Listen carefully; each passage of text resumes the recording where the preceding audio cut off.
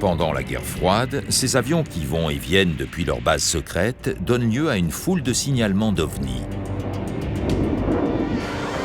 Ils alimentent l'imaginaire des Américains, imprégné d'histoires d'extraterrestres depuis les années 50. Les récentes observations ne sont en aucun cas liées à des programmes secrets menés par des agences américaines.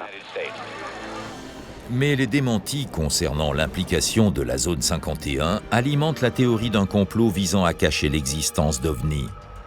Dans les années 80, elle atteint son paroxysme suite aux déclarations stupéfiantes de cet homme. Je m'appelle Bob Lazar.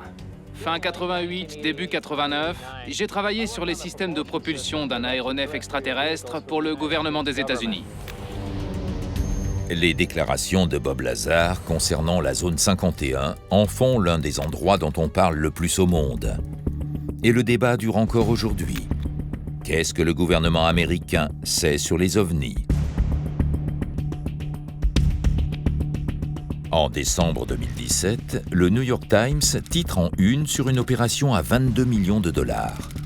Le programme d'identification des menaces aériennes.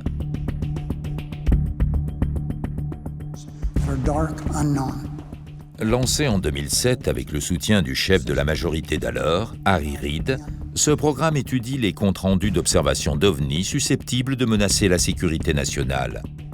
Comme dans cette vidéo tournée par un avion de l'US Navy. Mais à en croire Harry Reid, l'objectif de ce programme n'a jamais été l'étude des extraterrestres. Je ne suis pas là-dedans. Je ne sais rien à ce sujet. Tout ce que je sais, c'est que je m'intéresse à la science. Qu'est-ce qui se passe dans notre monde ? Bien que le gouvernement américain ait coupé les fonds en 2012, des rumeurs prétendent que le programme a continué, avec le soutien de la CIA et de cadres de l'US Navy. Certains estiment que les ovnis ne sont pas pris suffisamment au sérieux par le gouvernement. Luis Elizondo, l'officier du renseignement militaire qui a dirigé le programme d'identification des menaces aériennes pendant 5 ans, a démissionné en octobre 2017 pour protester contre l'omerta et l'inaction gouvernementale. J'étais au sommet de ma carrière et j'ai tout abandonné pour pouvoir m'adresser à l'opinion américaine. Aujourd'hui, il poursuit sa quête de réponse avec la To The Star Academy, une organisation de recherche privée sur les ovnis.